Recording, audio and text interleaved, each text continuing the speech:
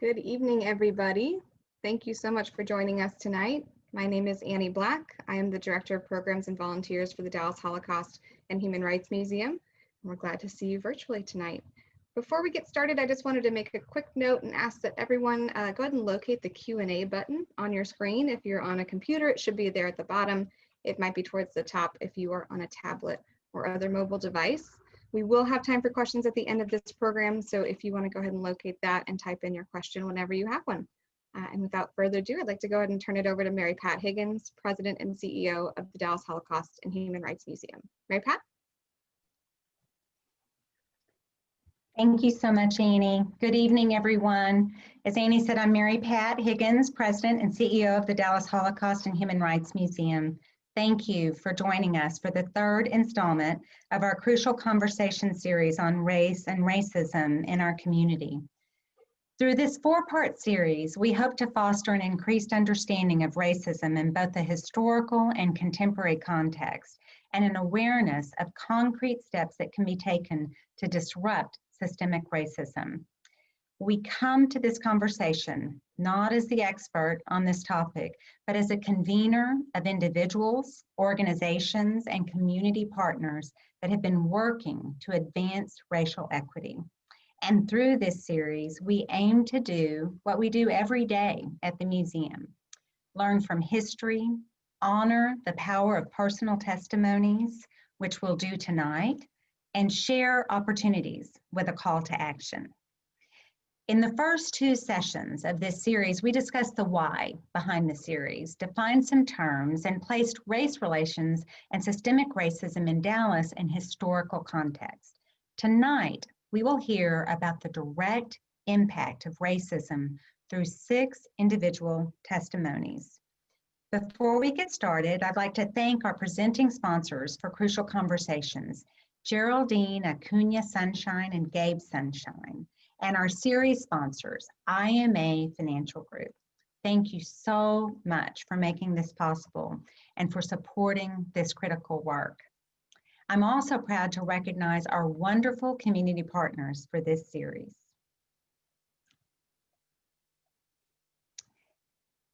Finally,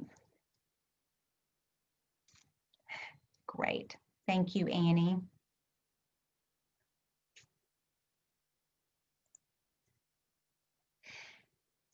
And finally, I would like to thank our board of directors and museum members for their continued support.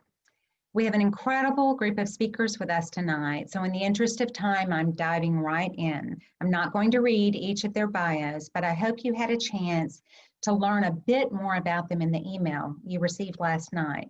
Also, all of our speaker bios are available on tonight's event page on our website. And I'd like to extend my heartfelt thanks to each of the panelists for sharing their time with us tonight. As always, I'd also like to thank Camila Collins, President of Collins Collaborations, for helping to guide our program tonight. We encourage you to ask questions during the session using the Q&A button on your screen. After our speakers share their stories, we will try to answer as many questions as we can. I'd also like to mention that tonight's session is being recorded, so if you need to take a break and come back to the conversation, you will be able to watch that recording on our YouTube channel, DHHRM, in a few days. I'd now like to turn it over to our first speaker, a great friend of the museum and current board member, Dr. Brian Williams.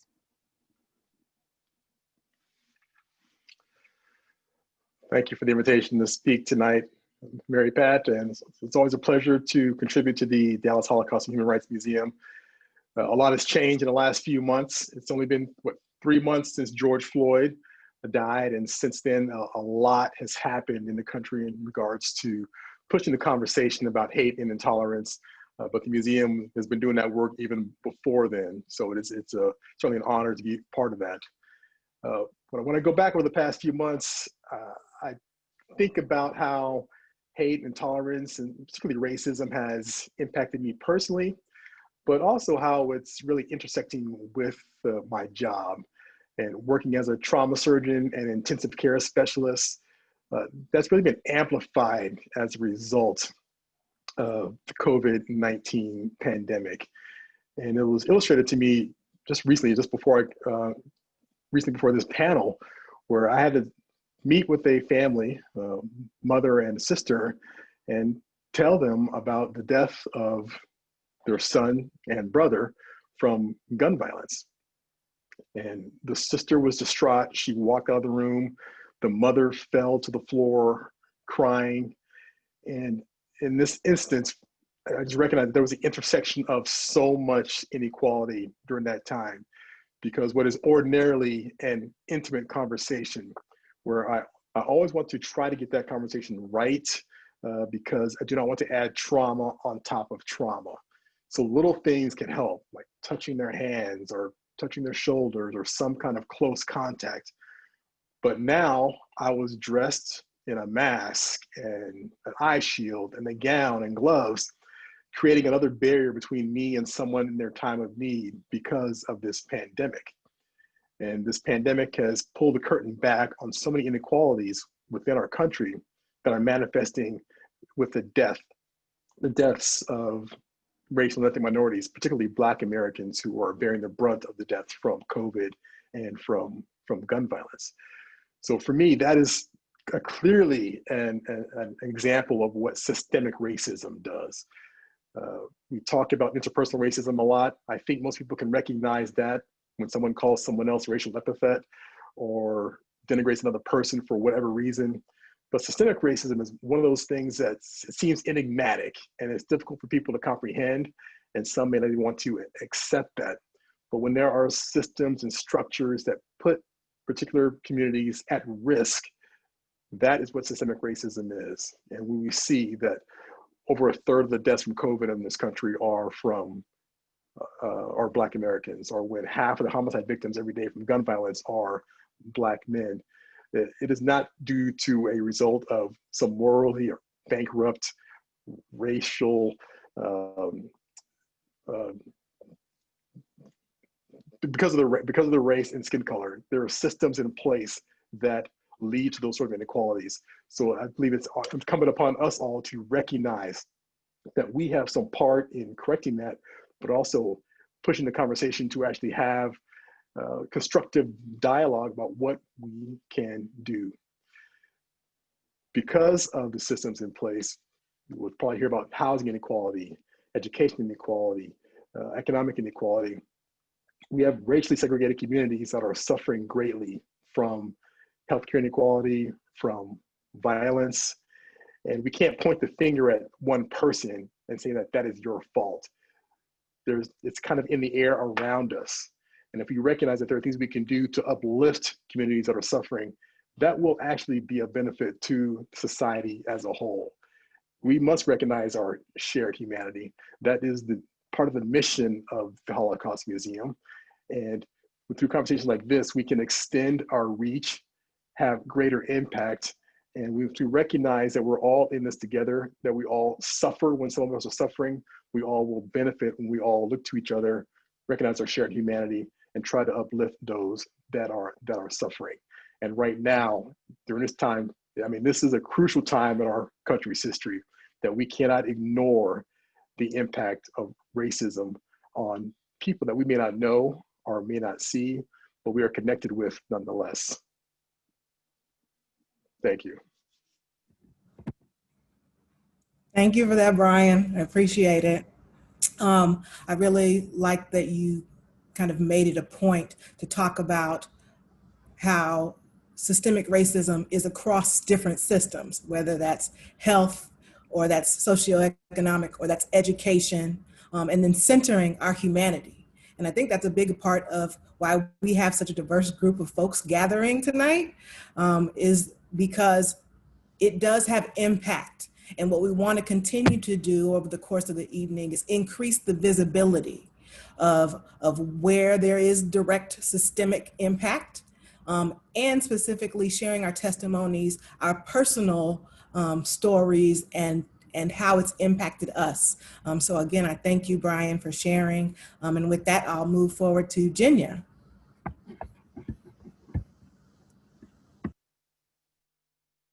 Hi, everyone. My name is Jinya Huang, and I am the founder of Break Bread, Break Borders. It is a social enterprise. We work with refugee women from war-torn countries, and we give them education and job opportunities in the food service industry. And using their powerful storytelling of food and culture, we break bread with the communities and break down borders at the same time. So I grew up in Taipei, Taiwan. I came to the States when I was 13. My dad had actually lost his job, and so my aunt and uncle called and said, would you guys like to, come to the States and help out with the family restaurant business? And so 16 franchises later, my parents purchased a franchise in Dallas, and that's why we moved to Texas. And so growing up, I was the kid in school that they created English as a second language class for. And that fast forward, I basically, hung out with the Black kids and the punk rockers, the others at lunchtime. And getting out of college, I really wanted to do something that would make a difference. And I was always interested in arts because it's a universal language for me. So becoming an artist, and in particularly a social practice artist, what I do is when the community asks for fire, I don't bring them water. And so this was something that, my mom really taught me and really inspired me, because back at the restaurant, my mom used to hire immigrants and refugees to come and work in our kitchen and train them with job skills and send them on to bigger and better opportunities. And as a descendant of refugees escaping communism, I really saw this as a way of, amplifying voices where it's not being heard. And especially when I lost my mom to cancer, she was a chef and very much a community leader. I wanted to do something to honor her legacy and to continue her lifelong work. And that's why I founded Break Bread, Break Borders. And so with this catering company, we use the food to tell culture and background, and the women actually don't just drop off the food, they do storytelling. They talk about who they were before escaping war-torn countries, and what it's like living abroad and as refugees, and then getting to come to America is like hitting a lottery, and what it's like to work with Break Bread, Break Borders. And this storytelling and the sharing of food and culture was something that my mom really practiced, that it was using food as an art form and using storytelling as an art form, both of them as this very equalizing mechanisms, tools to help with compassion building. And so it really empowered the women to connect with the communities, and also to really build more bridges, because I definitely grew up with people coming to the restaurant. If they were unsatisfied with something, they would tell us to go back to wherever we came from. And at these dinners, the refugee women we work with have had difficult conversations with diners that would ask, why did you choose to come to America and take our people's jobs? And so those types of biases and misunderstanding, and we really take a model of what my mom taught us is just kill them with kindness, and and sharing a plate of food, and having those tough conversations really open doors to not being able to hate someone up close. And when you taste something, we've had people come up after a meal and say, you know, I was really scared to try food from Syria. I didn't know what to expect, but, you know, one bite into this rice, you know, really brought back memories, you know, from my grandmother from New Orleans. And it's just like her dirty rice recipe. And those type of connections go a long way because our food memories are so powerful and so strong. And gaining that understanding, putting a face with the food really helps people connect the dots. So this has really, really helped us figured out just a tiny bit of what it's like to help people understand what a refugee looks like, what a Muslim looks like, what a woman in a hijab looks like. And a lot of, you know, what we do is not just about serving food, it's about serving our communities.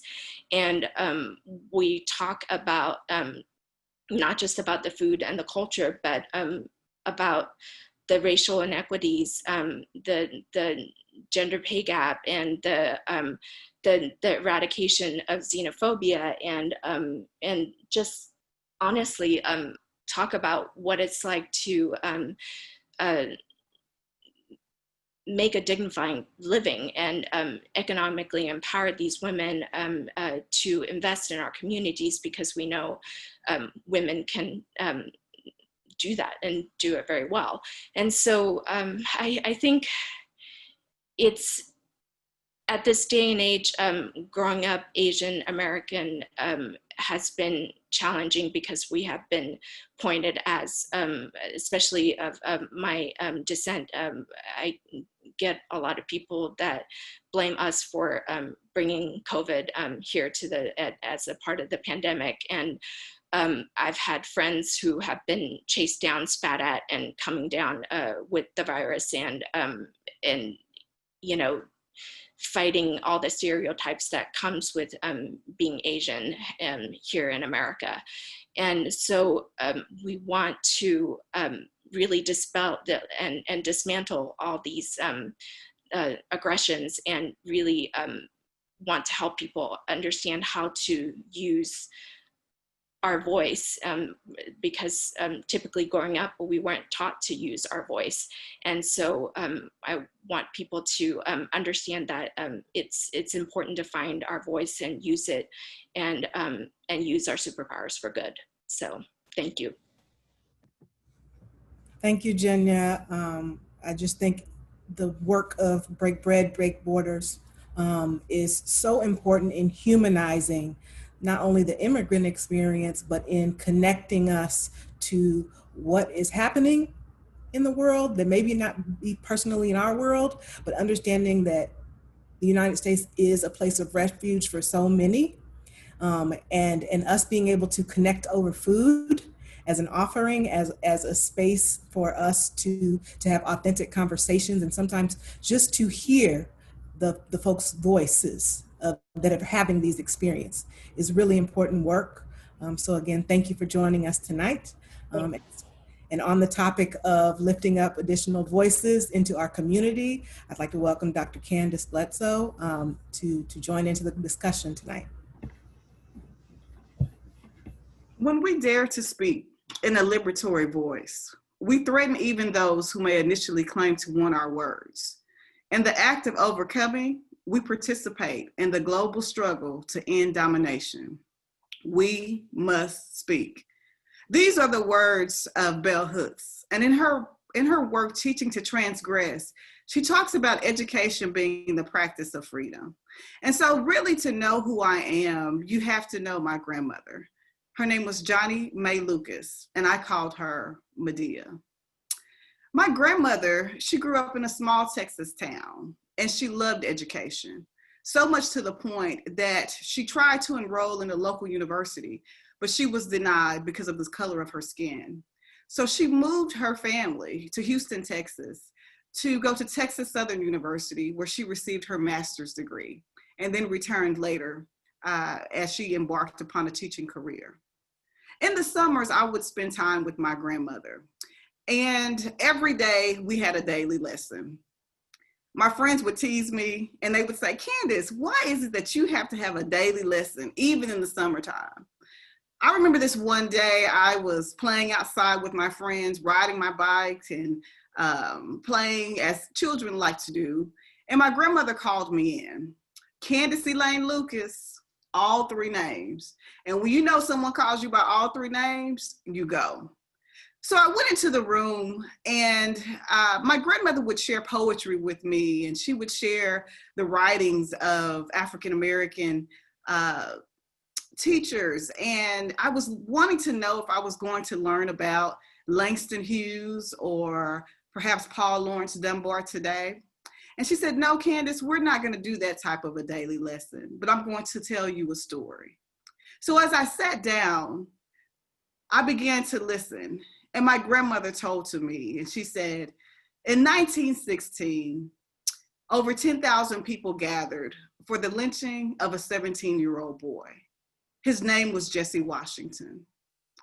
They accused Jesse Washington of killing a woman that he worked for because she ended up dead, and they said that he had blood on his overalls. They took Jesse to the street bearing his name, Washington Avenue. They put a rope around his neck. They drug him, and they took off his fingers and his toes, and they drug him until his body basically fell apart. And I jumped up from the table, and I remember saying, Medea, why would you ever tell me a story like that? And she said to me, I want to tell you that story to let you know that it's going to be hard for you as an African-American woman. And more importantly, as my child. And I sat there and I never forgot that. I went back outside and I began to play in the street with my friends, but I never forgot the story of Jesse Washington. And there's so many stories that embark upon us as young African Americans. I often think about the policies that Dr. Kennedy writes about as he talks about in his book, How to Be an Anti-Racist, and how policies have fortified these structures of racism within our country. And I know we've talked about so many systems tonight, but I just wanted to talk about the system of education. Unfortunately, one of the unintended consequences of Brown versus Board of Education, and we would never say that Brown versus Board of Education intentionally was developed to hurt children of color and Black children, but one of the unintended consequences of Brown versus Board of Education is that it took away a generation of Black teachers. Students were able to have people who looked like them within their classrooms. They had school leaders who were invested in them. And even today, we have really not been able to recuperate from this concept of not having Black teachers and Black leaders within our communities. And so this was one of the main policies that I wanted to talk about, and the unintended consequences. And lastly, we need to know our stories. And I'm so excited to be a part of this conversation today, is because if we don't know our stories, how can we learn from them? How can we learn from them? And how can we pass them on to our children? So thank you so much again for being here tonight. Thank you, Candace. Again, sharing the importance of narrative and understanding that with marginalized groups, those voices are not always present. And so it is up to us to carry those stories forward, sharing those experiences and providing historical context for the world that we live in. Beyond the policies, beyond the systems, there are people that are experiencing significant impacts. With that, I would like to hear from you, Scott. Thank you for joining us. Thank you very much.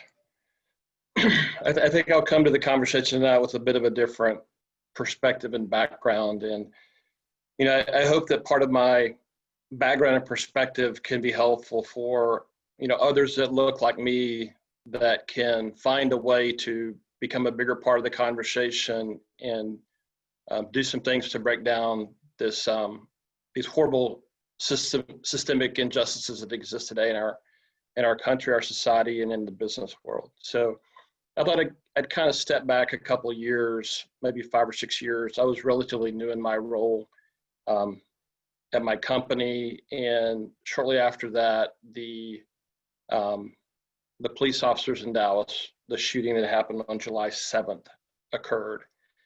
And I would tell you that before July the 7th, my perspective on race was one that, I felt like I was in a good place. I felt very comfortable that I was not anyone who was racist. I felt like that I had, a number of friends that didn't look like me. I had, a ton of brown friends, a ton of black friends, and, I thought the world was fine. But I think what happened to me on July 7th is my eyes, for the first time, were really open to the injustices that exist in the world. And one of the things that we did as a company after that, which had a huge impact on me, is that we have 55,000 people across the U.S., but we basically ask everybody to have small group conversations with the people they work with and to talk about what happened in Dallas with the 5 police officers being shot, and to really open up and talk about that. And, as the leader here in Dallas, I did a couple of those conversations, and I think my eyes were really opened on that day. I heard from people that I had known for 15, 20 years that would tell stories to me that I just never had any perspective on. Police following my black friend to his home, pulling up, giving him a hard time about why he was there, going through a whole process that I soon realized would never happen to me. I heard a story from another one of my friends. She and her husband had a son who was going to school in Atlanta at Morehouse. And she told the story about how they don't feel comfortable with him driving across the South, would put his car on a trailer and ship it and fly him to Atlanta because of the concerns they had for their son because of racism and the issues that are out there in the South. Another friend of mine talked about flying and talked about when they would, return to the airport. And a friend of mine travels a ton, was traveling in first class, and told stories about how the flight attendants would talk to everybody on the plane, but yet every time he would go by, they would not sort of send the same recognition to him. And he got to the point where at times he would just turn around and re-engage. Nothing offensive, but just was trying to make a point there. And I think that was sort of the turning point for me to realize sort of the deep nature of some of the systemic issues that happen in our country. I think the conversations that we had as an organization were really powerful. I think they made a huge impact on people. But the thing that I now look back on that I realize is that they probably didn't last as long as they should have lasted. And I guess that really came back to me on, September 6th of 2018, when we lost our dear friend, Botham Jean. I can still remember that day as if it was yesterday, getting the call, learning that he was at Baylor Hospital, and that we need to get in touch with the family and things like that, and just set in motion a number of things that just poured out pure raw emotion. I never worked closely with Bo, but Bo was somebody who in my office was always engaging with people, was one of the most extrovert, friendly people that I had come in contact with, and I had a number of conversations with him. He was someone who would always stand up and talk to me, right? And would engage with me, and was just such a nice young man. He was known for being a guy who had a huge heart, very involved in his church, very involved in his community, very involved in doing work for orphanages and old folks' homes and things like that. Just an incredible young man. So, one of the questions that I had was, why him, right? Why someone that was such a jewel to our company, to our society and things like that? Why did it have to happen to him? And I think that's when I really realized, when I talked to some of my Black colleagues, is that, yeah, this happens all the time. People get upset about it, but, pose the question to me about, are you just going to let this one happen and next month we'll be thinking about something else? And it really made an impact on me. And I think that made an impact on me, as well as some conversations that I had with Bo's family. And, incredible family. It wasn't hard to see where a lot of his values came from, but one of the things that I did commit to the family is that I would not let, the tragic killing of their son, Bo, be forgotten. And I would continue to try to do things that I could do to try to make the world a better place, and try to do things that he would have done. I still love the phrase #BeLikeBo, right? He was such a good guy. that kind of brings me to where I try to take my career. And, I've been fortunate. I've done what I've done now for 32 years and in the latter chapters of my career. And one of the things that I find to be a place where I want to spend my time and invest my time is around helping others, right? Because I've been the beneficiary, we call it privilege, right? I have been such a beneficiary of so many people that have come before me that have reached out and to take care of me and help me along the way. So one of the things that I'm really trying to do is to spend my time with a lot of our diverse professionals, a lot of our female professionals, to try to help provide them the same type of platform that I had provided to me years ago. Because what I'd like to see accomplished is that for us to cure a lot of the injustices that are out there in the world, but I also want to see these people reach their potential and have great success and to continue to be advocates in the world. Some of the things that we have been doing as a firm, which I hope that other companies decide to take a similar position, is that a couple of weeks ago, we released some interesting information public. I'll call it our annual report on our diversity, equity, and inclusion progress. And I'll tell you that it was an interesting decision for our firm to release it because it's unfiltered, right? You will see, if you look at it, it's public information, but you'll see where we've done some good things. You'll see where we have a lot of work left to do. And I think it took a lot of courage on behalf of our firm's leadership to do that. But the reason I like it is because by doing that, we have basically said that, we don't have it all figured out. We know we have work to do. We're going to continue working on it. One other thing that we're doing as a firm as well in reaction to George Floyd, we've done a number of things, but the one thing I'll talk about that I'm really encouraged by is we've given all of our professionals 40 hours of time to take this year to invest in social justice organizations.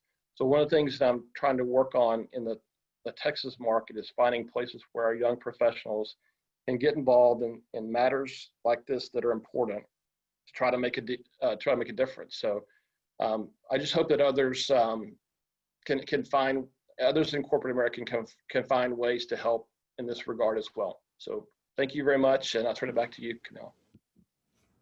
Thank you, Scott. I just want to commend you for that, your honesty there in saying that not only is it important for us to create lasting impact, but to recognize that there's continual work that is necessary. Oftentimes in these moments, we see them as an unveiling of truth. And then we sometimes sweep it under the rug because it's a passing moment. But it's also important for us, in order to create change, is to have transparency, is to speak truth, and is to share that we all have different places of engaging in this work. And so again, thank you for joining us tonight, Scott, and sharing. With that, I'd like to move us forward and invite Hector into our conversation.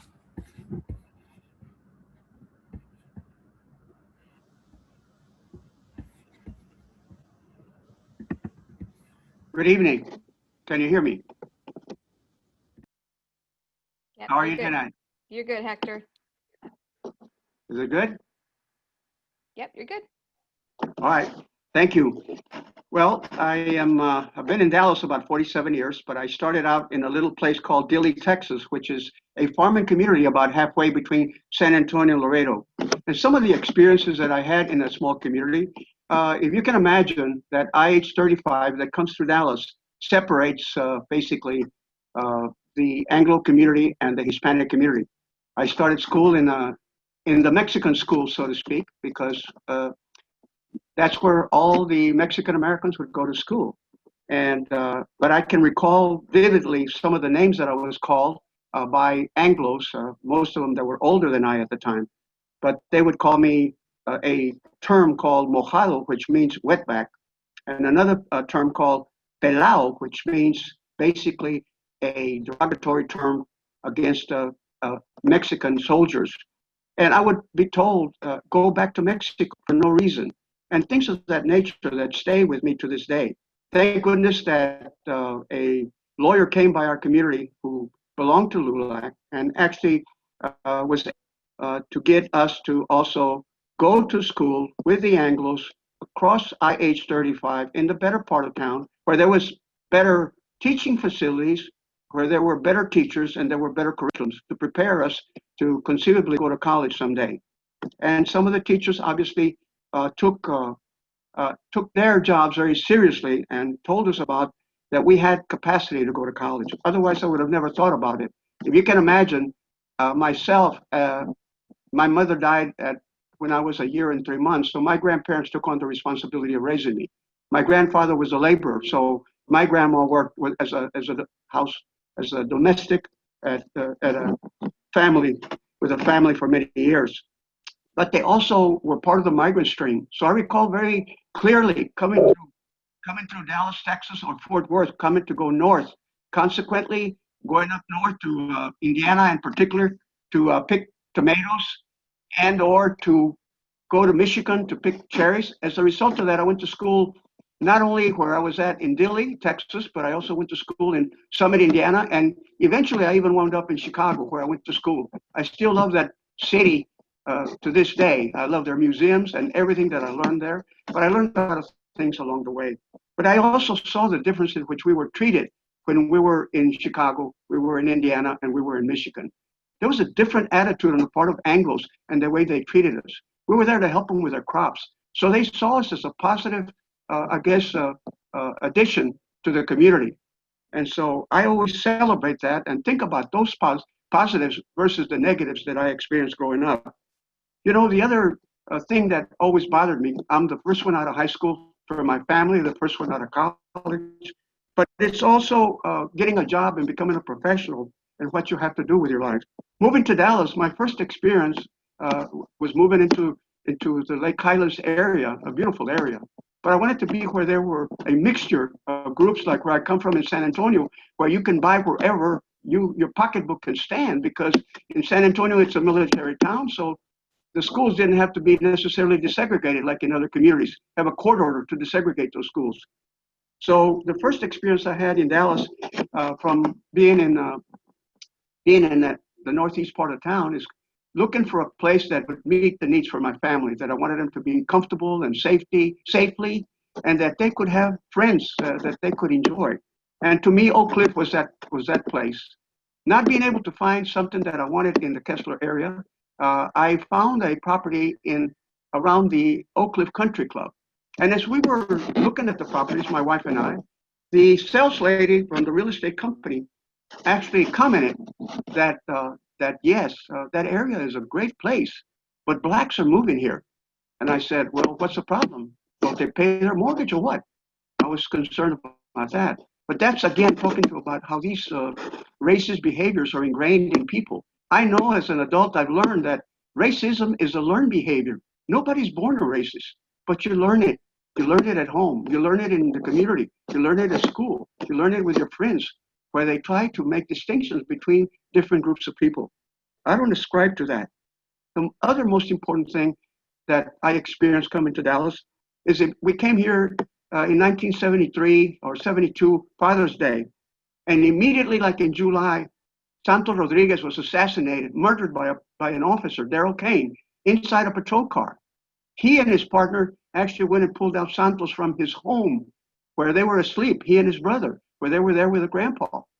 Takes him to a patrol car, and they start to question him about a break-in or a burglary at a gasoline station. I'm a former policeman. That's how I educated myself. So I couldn't believe how an individual, a person, in uniform would do something to a child 11 years old. To this day, I have in my mind the picture of his brains on the roof of that car, because I was able to go nobody would take the case, and I was able to get a friend of mine from San Antonio to come and handle the case. He actually co-prosecuted with Doug Mulder that case. Talk about the differences in not only law enforcement, but in the application of the law and the way and police behaviors. We have to change that. I worked for many years both for the Department of Justice, and I also worked for the Office of Civil Rights Department of Education. So I learned that business. I also learned about the pain of the consolidation of schools in Texas, where most blacks lost their jobs because if they consolidated the schools, they didn't need all those teachers. So guess who got hurt the most? It was black teachers that were hurt the most, particularly here in Texas. In fact, during the 70s and early 80s, most of the schools in Texas were under a court order to desegregate. And so it was the responsibility of the Office for Civil Rights to make sure that those court orders were being implemented to the extreme, to comply with that court order. You know, I also was involved in the 70s, along with 7 blacks and 7 whites and 7 Hispanics, to try and come up with a conceptual plan to desegregate the public schools of Dallas. And I can tell you that I've never worked with people that love this community more than those 21 people that I got to know very well. Many of whom were outstanding citizens, corporate giants, many of them ministers from all walks of life that participated in that great experiment. Unfortunately, you know that what it has created is actually the resegregation of the Dallas public schools. White people took all their families. There was white flight not only into the suburbs, but into these private schools or religious schools, because they didn't want their children to be next to a Hispanic or a black student. Now, what kind of attitude is that? I still, you know, I cringe to this day how they could do that to us and leave our children here when we need everybody working together to make sure that we produce the best workforce that this community, this state, and this country needs. We need to have as many of our children going to college and becoming professionals in this community. But we know that's not the case. We know how the discipline at the public schools has been disproportional towards blacks and browns. We also know that getting into college has been a problem, and paying for that college has been a problem. And all these are part of the systemic, I think, institutions that are there, the institutions that have this institutional discrimination that keeps many of our children from continuing on to becoming great citizens of this great city of Dallas. But I won't go into the details about all the police killings, because I was involved in the 70s and 80s also with the Department of Justice, with many years of blacks and Hispanics being shot and killed by law enforcement, many of which could not be justified, and even is still here today. And lately, the worst thing that I've experienced is this anti-Hispanic animus towards immigrants in particular. And hopefully we can all work together to eliminate that. And we will have some just laws so that immigrants can come and flourish in our country, because this is a country of immigrants. And people that come here come to help America. They don't come to take away from America. So thank you very much for listening to me. Thank you, Hector. I can appreciate that you not only acknowledge who are Black and brown discriminated against disproportionately, but also acknowledge the pain and families are experiencing as a direct result of systemic and institutional racism, and how those different laws and educational systems are being applied differently to our communities. So thank you again for highlighting that. Up next into the discussion tonight is Demetria. So I'd like for you to turn on and join us. Thank you. I am Demetria. You can probably see from the bio that I serve as president of the Inclusive Communities Project, which is an affordable fair housing organization where we try to promote and create racially and economically inclusive communities throughout the Dallas region, expand affordable housing opportunities for low-income families, as well as try to seek redress and repair from the harms done by past discrimination, particularly residential discrimination. When I was asked to talk today, I did reflect on things that happened many years ago. And sometimes those things that happened many years ago stick with us when they are very unfortunate and when they are race-based. I could sit here and tell you about how when I was in elementary school, driving by Wynwood Shopping Center in Oak Cliff, that a white kid drove by and called me the N-word. I could sit here and tell you about how when I was attending college in New York City, I walked across the street and a white guy called me the N-word. But really what I want to talk about is the effects of structural institutional racism as I experienced it growing up here actually in Dallas, Texas, which is where I grew up. Grew up in Oak Cliff to parents who by Black standards were pretty well off, I would say middle class. By white standards back then, we were probably lower income, but that was the standard, you know, around where I lived. However, the surrounding area where I grew up was certainly predominantly low income. My nursery school that I attended was actually in the basement of my church in South Dallas. I loved it. The first lady of the church was my teacher during school hours. Her husband was the senior pastor, so I considered him my principal during school hours. And of course, every kid loves field trips, right? So periodically, we would get on this little white van and get on this freeway. Freeways were a big deal to me because my school wasn't that far from where I grew up, where my home was. So I wasn't on freeways very often. But when we get on the freeway, and the driver would have to pay on the freeway. You know, fast forward, I guess that was the toll. So we were headed, I know now, north, right? From South Dallas north. And so periodically we would take these field trips to a white nursery school. And we would get there and bright lights, boys, we would sit there and play as if in a fishbowl with the other white nursery school folks. And then we would leave and we would come back to our own nursery school, our own church basement, which by no stretch of the imagination had nearly as many toys. It wasn't as well decorated. And so from then on, I saw differences, right? And this was back in about, let's say 4 years after the passage of the Fair Housing Act. And I will note that the Fair Housing Act was passed in 1968, literally after the assassination of Martin Luther King, who'd been working on housing issues. But it was a big difference. You know, you go past that toll on that freeway and you were into a whole nother world. And here I was thinking that what we had was just everything. So it became clear to me that things were different over there. Things were different with the people who I used my yellow Crayola crayon to color their hair yellow. Things were different there. And then we, you know, move ahead another 6 or so years, and I'm in elementary school.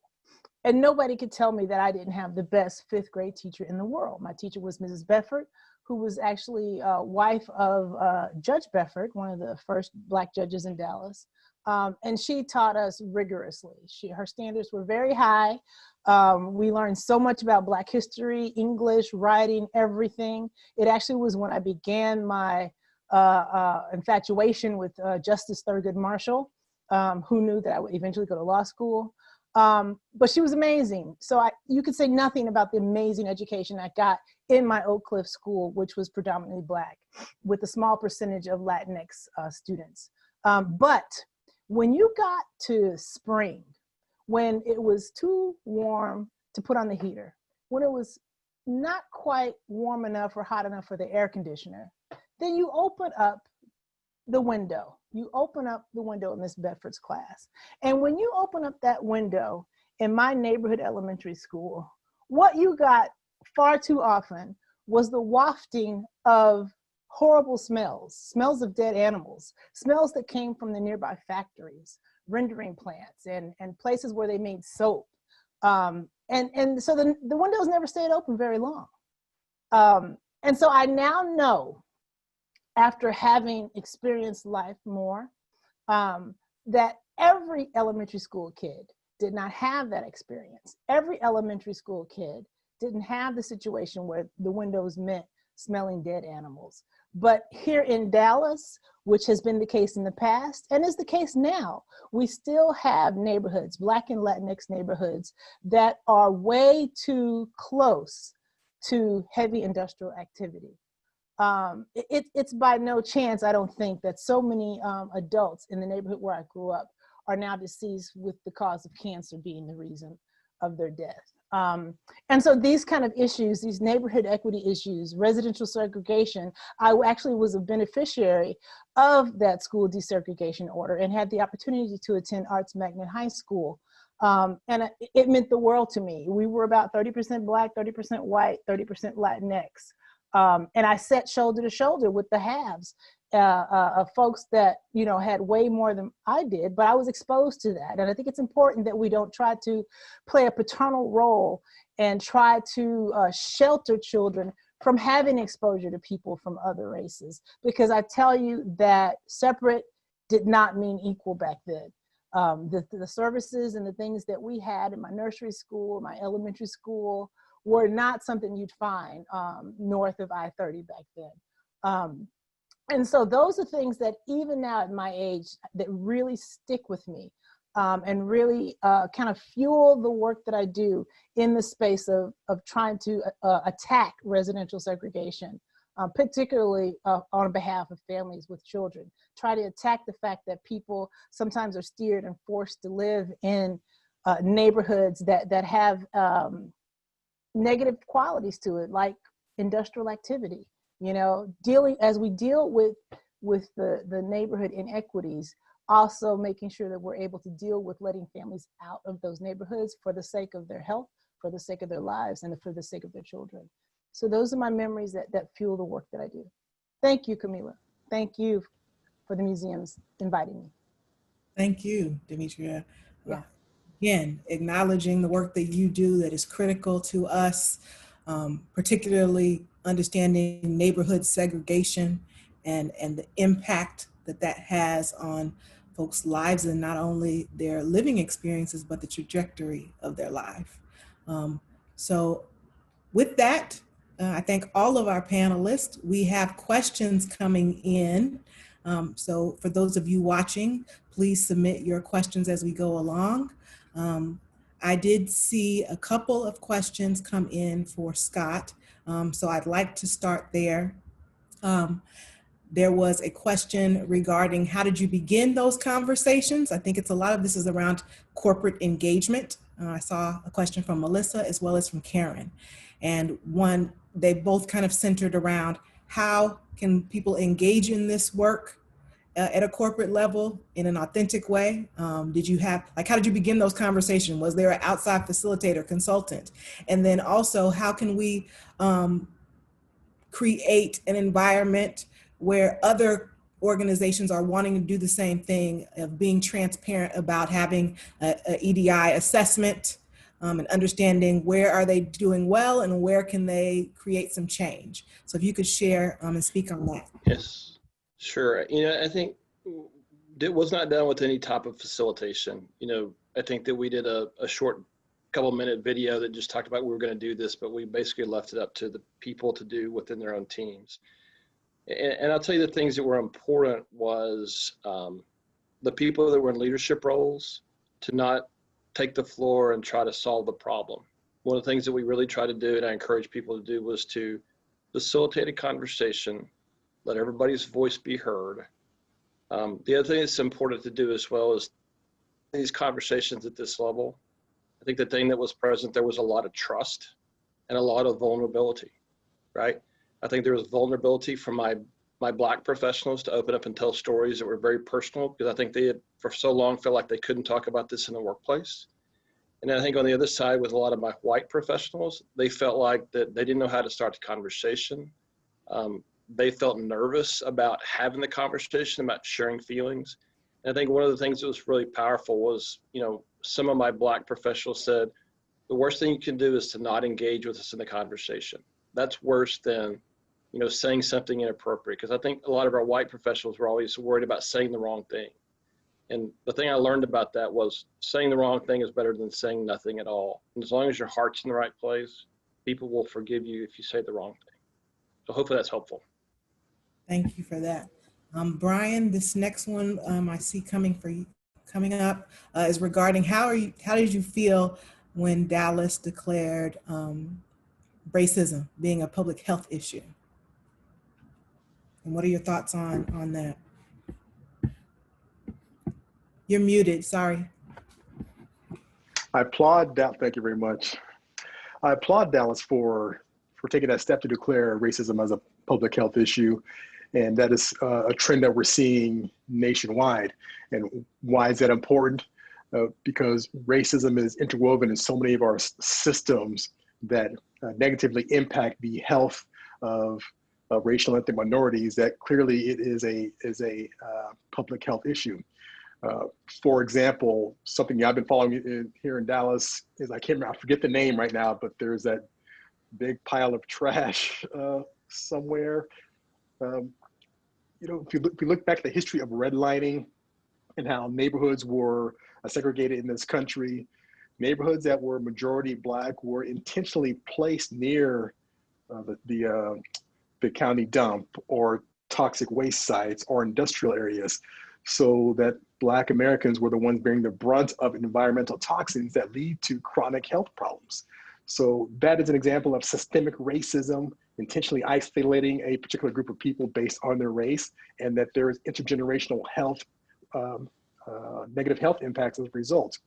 So by declaring it a public health issue, we can take the public health approach to this, which is identify the problem. What can we do to correct it? How can we implement change that will improve the health of the individuals and communities that are impacted? And by doing that, you have to be willing to name what the problem is. In this case, it is systemic racism, much like not wearing seatbelts were a problem. We worked on that.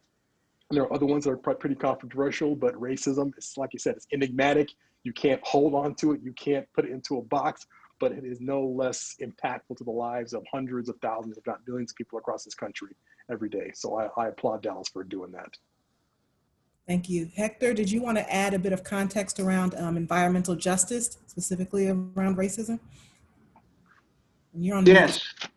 Yes, we had an issue recently where the Argos cement plant, which is over at the Trinity Groves, was relocated to West Dallas. And West Dallas has already had to deal with, I guess they coined the term environmental justice because of the lawsuit that was fought for all the contamination that occurred in West Dallas. It was found that the children that actually lived there, actually their intelligence was impacted by all the contamination. It was in the paint, it was in all the parks, in the schools, you name it. And for this bad public policy was where the city of Dallas actually gave Argos cement plant like $2 to $3 million to relocate over there, and they didn't even ask for the money. And they wanted to relocate it in West Dallas because why? There wasn't enough political power or pressure to stop it. I couldn't believe that even our African American allies on the city council not supporting us. I just couldn't believe that. It just went against everything we believe in. I mean, and then they located next to, guess what? A middle school that was the environmental school for the DISD, if you can imagine. So talk about, bad and double bad. I mean, this is something that's not acceptable. Dimitri, I see. Yeah, it's and that's exactly the neighborhood equity work that we do. Shingle Mountain is the pile that Brian was referring to earlier, where Ms. Jackson's fighting. So we see this over and over and over. The folks in West Dallas are doing a great job trying to get organized and try to push the system to address some of these inequities in West Dallas. You have Southern Sector Rising doing the same thing around Shingle Mountain, Downwinders at Risk, et cetera, et cetera, et cetera. For the health of the children, we must at least care that much, people. Come on. So I would be remiss if I didn't say that Dr. Robert Bullard at Texas Southern University is the father of environmental justice movement. And there's also a question for you, Demetria, regarding do you feel that discrimination in housing has improved over the last 2 decades in Dallas? I think in the last 2 decades, yes, I would say yes, but I would qualify that. As you probably can recall, the dog whistle that the leader of this particular country that we live in blew a couple of weeks ago. The acceptance of people of color, of means, of money, happens more frequently than the acceptance of people of color who are low income, who are low wage workers. And the trajectory of civil rights in this country, you can look at it and see that voting rights, public accommodations, education, housing is always at the end. Nobody thinks about housing, right? And so we can work together, we can go to school together, but living together just brings up and bubbles up a whole lot of really horrible vitriol. So I would say, yes, it has improved, but when it comes to lower income, lower wage folks who are Black and Latinx, we have a long way to go when it comes to housing. Thank you for that. There's also a question, a general question regarding kind of the segregation that's happening in with public schools, and what can we do specifically to combat that? Any thoughts?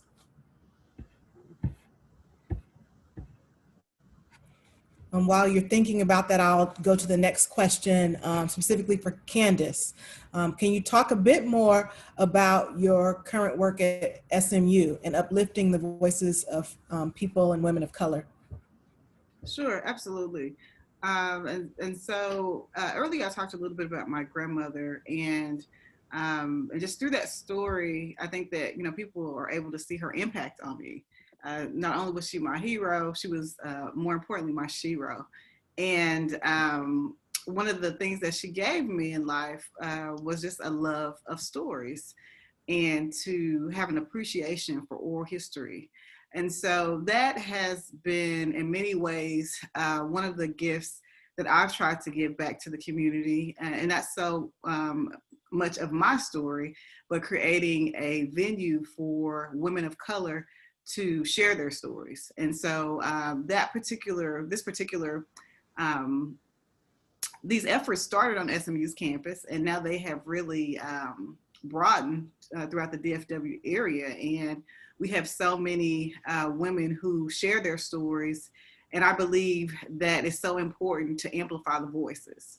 And so as you think about the collective, which is the name of the group that I work with, we amplify the voices of women of color. And we want them to share their stories. And we believe not only in the power of storytelling, but the communal process of storytelling. And so you have a storyteller, but you also have people who bear witness to the story, and they carry the story with them and in them. And they give, not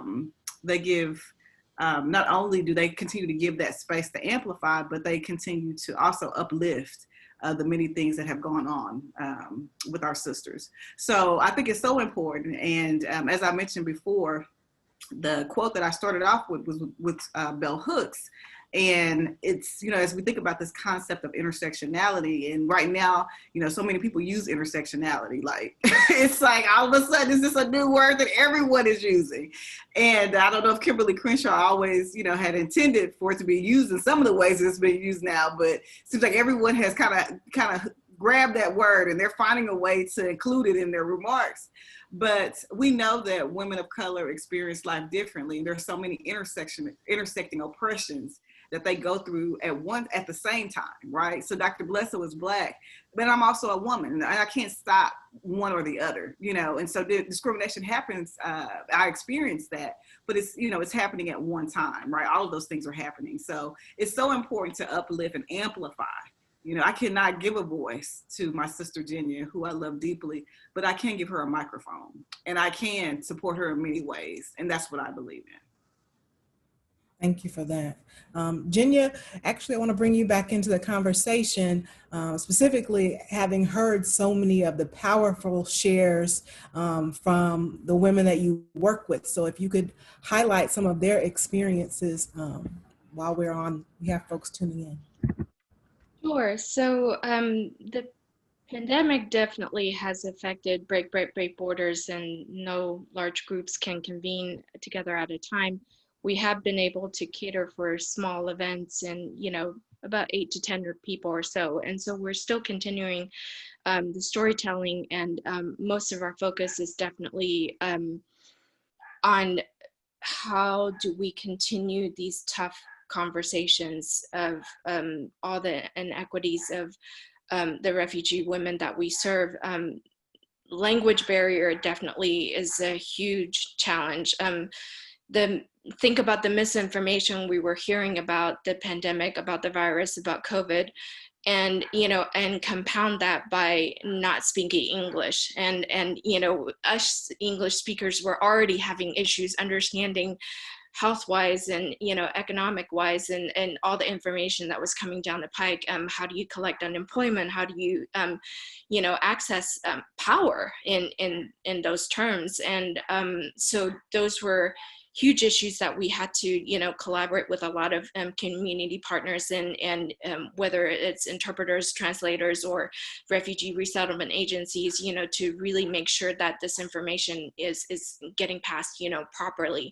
And then just understanding, the cultural divides that comes with all this. Many of them don't have internet access, and when a lot of the virtual learning was cut off, the women we serve in the refugee communities were deathly afraid that their children would get cut off, from those systems. And there again is that other great economic divide that, it is the digital divide, that if you don't have access to internet, it is a challenge to access education. And so we really tried to figure out how to remove those barriers for the women that we're working with. And we're using this time right now, still, helping the women access online education to still get their food handler's permit or food manager's license certification, so they can get those, hard skill sets that hopefully make them more employable throughout the pandemic and even as we kind of come out of this. And so it's definitely been hugely challenging. Also, working as a social enterprise, not a whole lot of people get what we're doing, and a lot of the community partners that we work with are people that understand social entrepreneurship, places like SMU or foundations in California or New York that that understand businesses that want to lift women and invest in women and help them acquire a sustainable job skill and not have to constantly fundraise as a nonprofit, and making that work as a more positive cycle than a vicious cycle, and it's been challenging as a person of color and also as a woman to access those funds and to be able to help more women in these situations. And been very fortunate that we've had some generous donors and foundations that have lifted us and helped us access COVID relief funds, and so no one's been evicted or gone hungry, and they're getting help with utilities, and so they can access internet so their kids can access virtual learning, and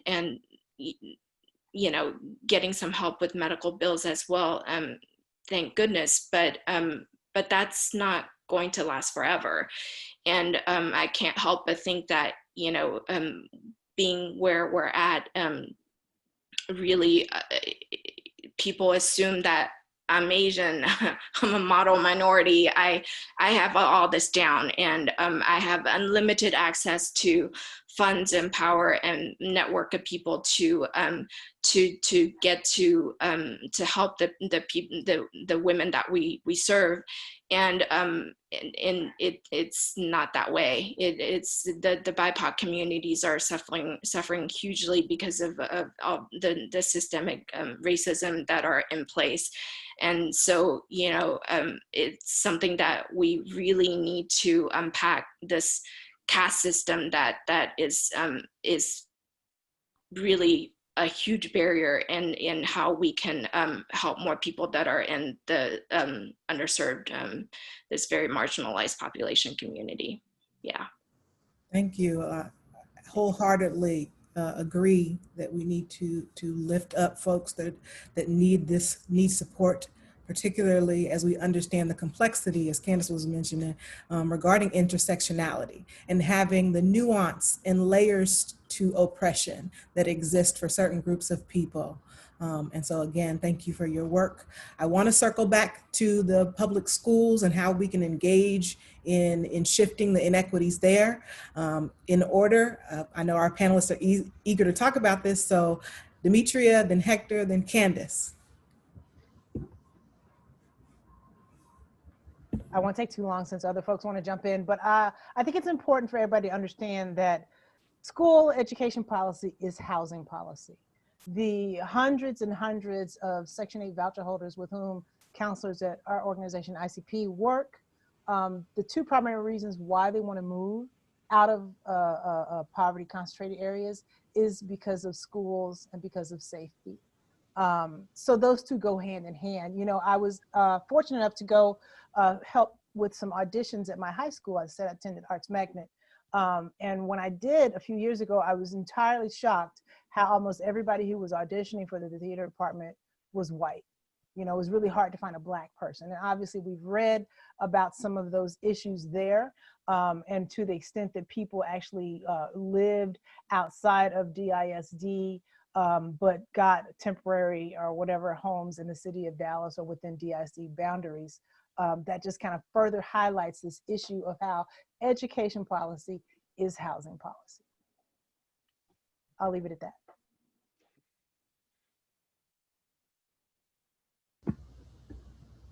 Hector, you want to join in? Hector, you're muted. Sorry.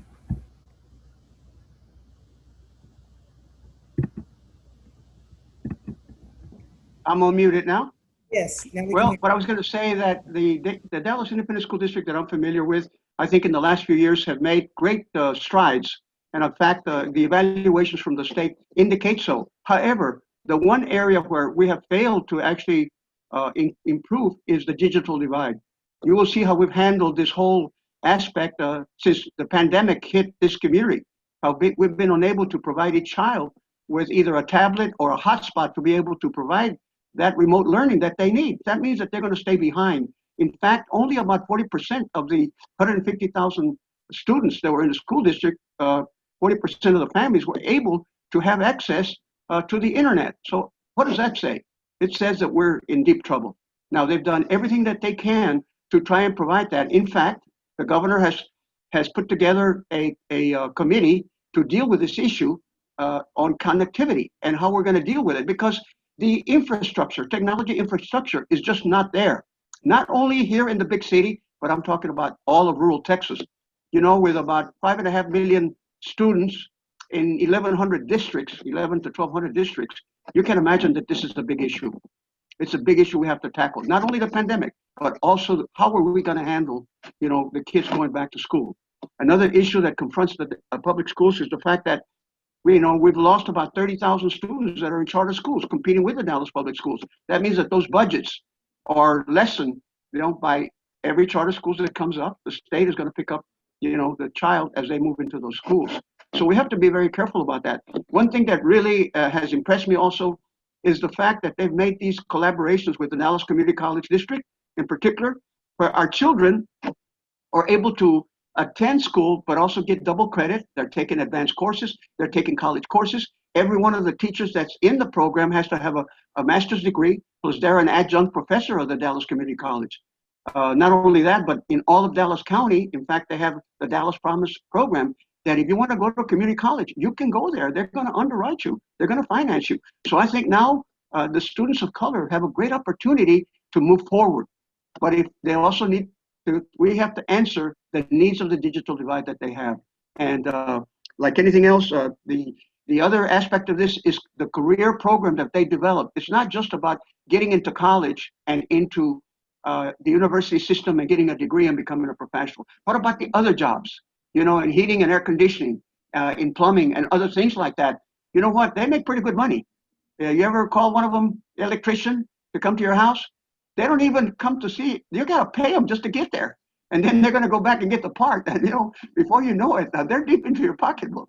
So, and not only that, but you become your own business. You become a business owner. I think that's what's important. How we can turn more of our young people into becoming business owners, starting their own companies and doing things like that. But anything, I think it takes all of us working together, pressuring not only the school system, but the state of Texas and our legislators to make sure that they react and take care of our children.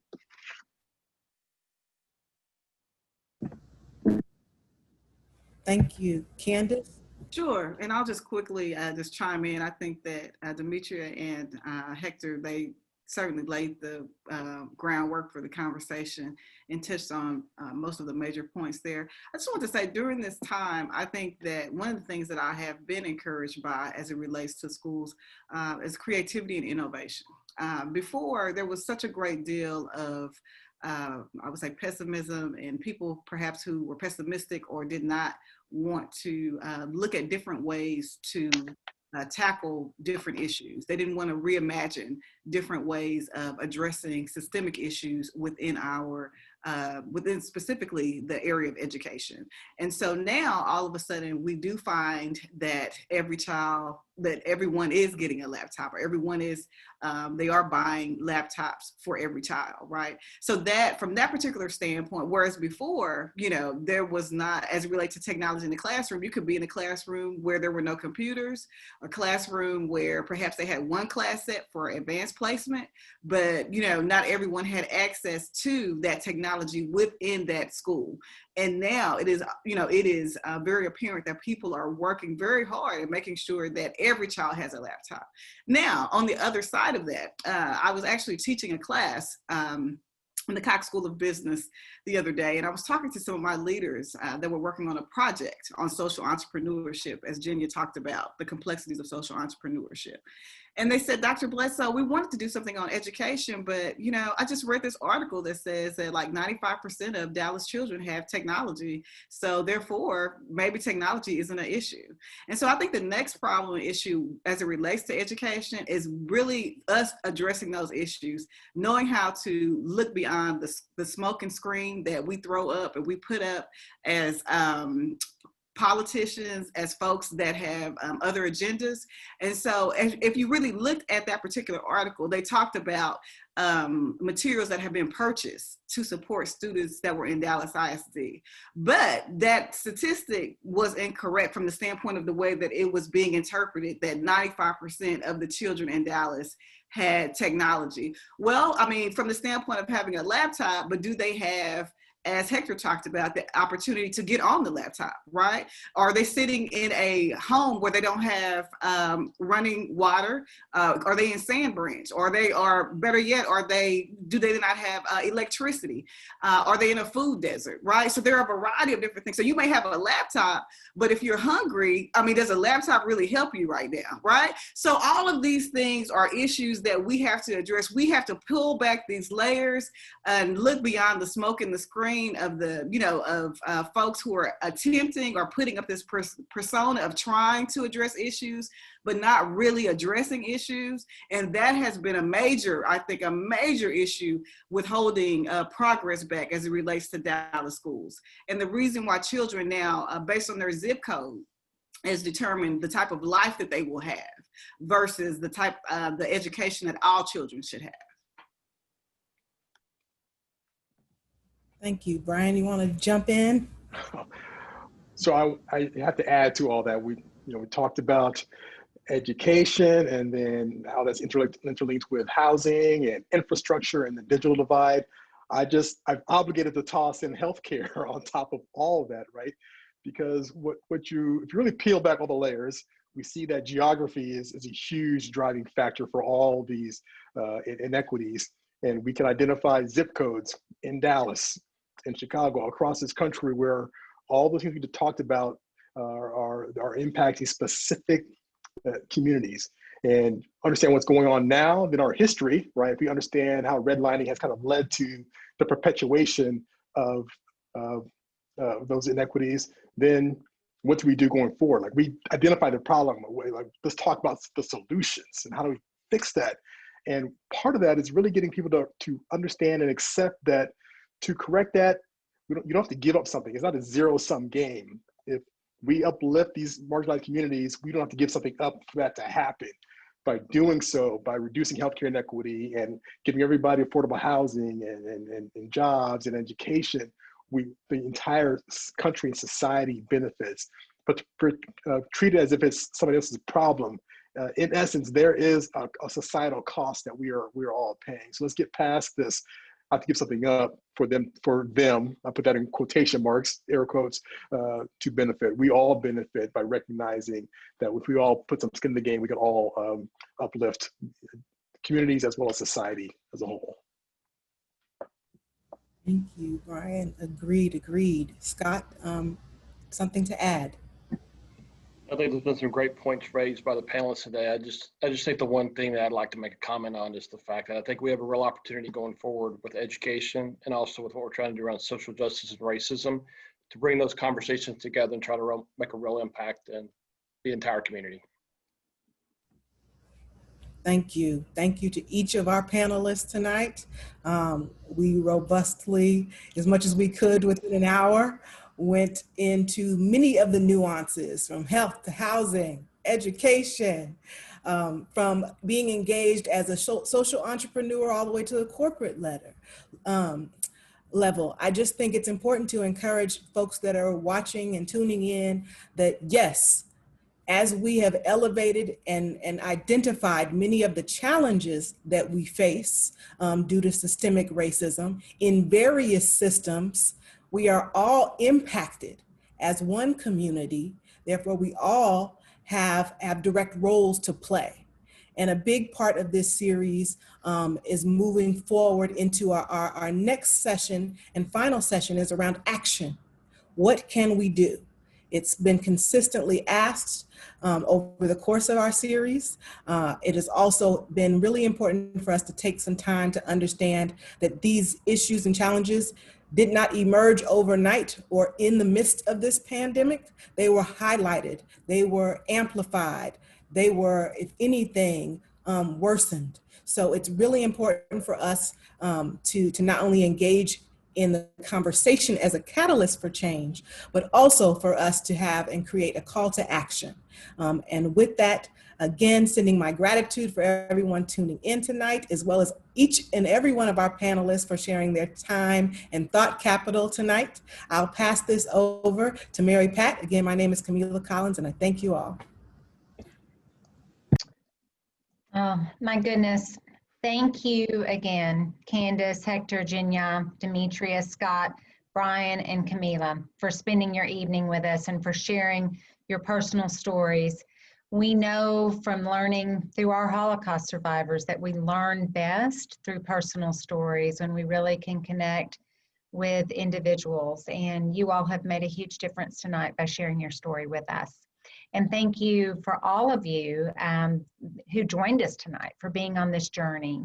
Please, if you enjoyed this, tell your friends to check this out on our YouTube channel. It'll be posted in a couple of days. And I hope that we will see you, that you'll join us for our final session on October 15th, when, as Camila said, we will wrap up the series by talking about the future and how we can all be a part of the solution to take concrete steps to combat systemic racism here in our community. Thank you so much for being with us, and good evening.